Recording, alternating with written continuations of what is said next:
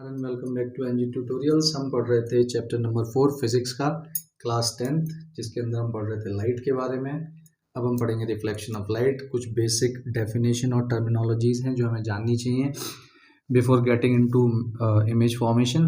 तो ये आपका बेसिक एक कॉनकेव मिरर है। ये जो लाइन है वो प्रिंसिपल एक्सिस कहलाती है, ठीक है। ये सेंटर ऑफ कर्वेचर है, ये फोकस है, ये पोल है, और इनके डेफिनेशन इस तरह से हैं। तो pole is centre of the reflecting area. जैसा कि मैंने आपको बताया था कि मान लेते हैं आप इसे, ये एक आपका लेंस है, सॉरी मिरर है, तो इसका जो एकदम सेंटर वाला पॉइंट होगा वो कहलाएगा pole. Focus point through which an incident ray parallel to principal axis passes after reflection as reflected ray is called focus. तो यहाँ पे आप देख सकते हैं पैरेलल आ रही है, आफ्टर रिफ्लेक्शन एफ से पास कर रही है, तो यही पॉइंट होता है जो कि फोकस कहलाता है। सेंटर ऑफ कर्वेचर, तो centre of sphere from which mirror is been taken out. तो ये जो सेंटर है, जैसे मान लेते हैं ये आपका मिरर, तो ये किसी स्फीयर के हिस्से का स्फीयर का एक हिस्सा है, तो उस स्फीयर का एक सेंटर रहा होगा, तो उसी सेंटर को हम सेंटर ऑफ कर्वेचर की, मतलब इस कर्व का जो सेंटर हो सकता है उसी को हम सेंटर ऑफ कर्वेचर कहते हैं।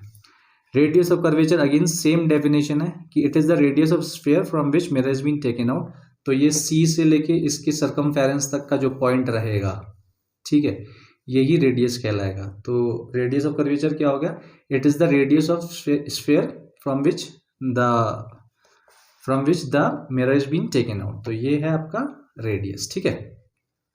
अब बेसिक इमेज फॉर्मेशन, इसके अलावा एक और डेफिनेशन है जो मैं लिखना भूल गया हूँ, बता देता हूँ कि प्रिंसिपल एक्सिस क्या होता है। तो ये जो लाइन है आपकी वो प्रिंसिपल एक्सिस है, ठीक है। इसी के ऊपर फोकस लाया करता है, इसी के ऊपर सेंटर ऑफ कर्वेचर भी लाया करता है। तो हम बोल सकते हैं कि line joining pole focus and centre of curvature, ठीक है। या हम बोल सकते हैं कि principal axis is the line on which centre of curvature focus and pole lies, ठीक है।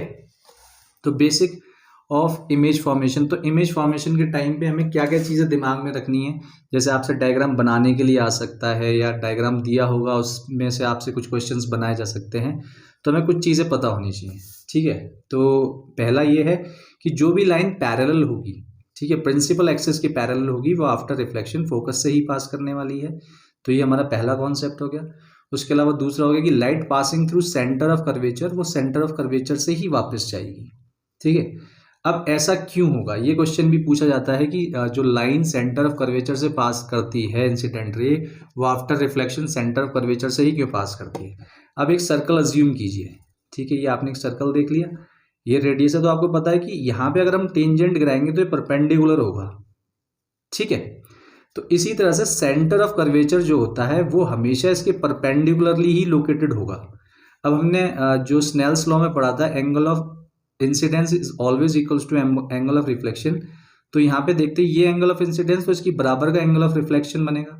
लेकिन अगर इसी सरफेस के परपेंडिकुलर कोई लाइन आ रही है, तो इसका मतलब एंगल ऑफ इंसिडेंस क्या हो गया, वो जीरो हो गया। तो एंगल ऑफ रिफ्लेक्शन भी जीरो हो जाएगा। तो ये दोनों ही लाइनें आपस में एक दूसरे को कोइंसाइड करने वाली है, ठीक है। तो इसके बाद incident ray passing through focus will become parallel to principal axis after reflection. तो ठीक अपोजिट, जैसे हमने पहले पढ़ा था कि जो पैरेलल होगी वो आफ्टर रिफ्लेक्शन फोकस से पास करेगी, और जो फोकस से पहले पास कर रही है इंसिडेंट रे, वो आफ्टर रिफ्लेक्शन जो रिफ्लेक्टेड रे बनेगी वो आपकी पैरेलल हो जाएगी।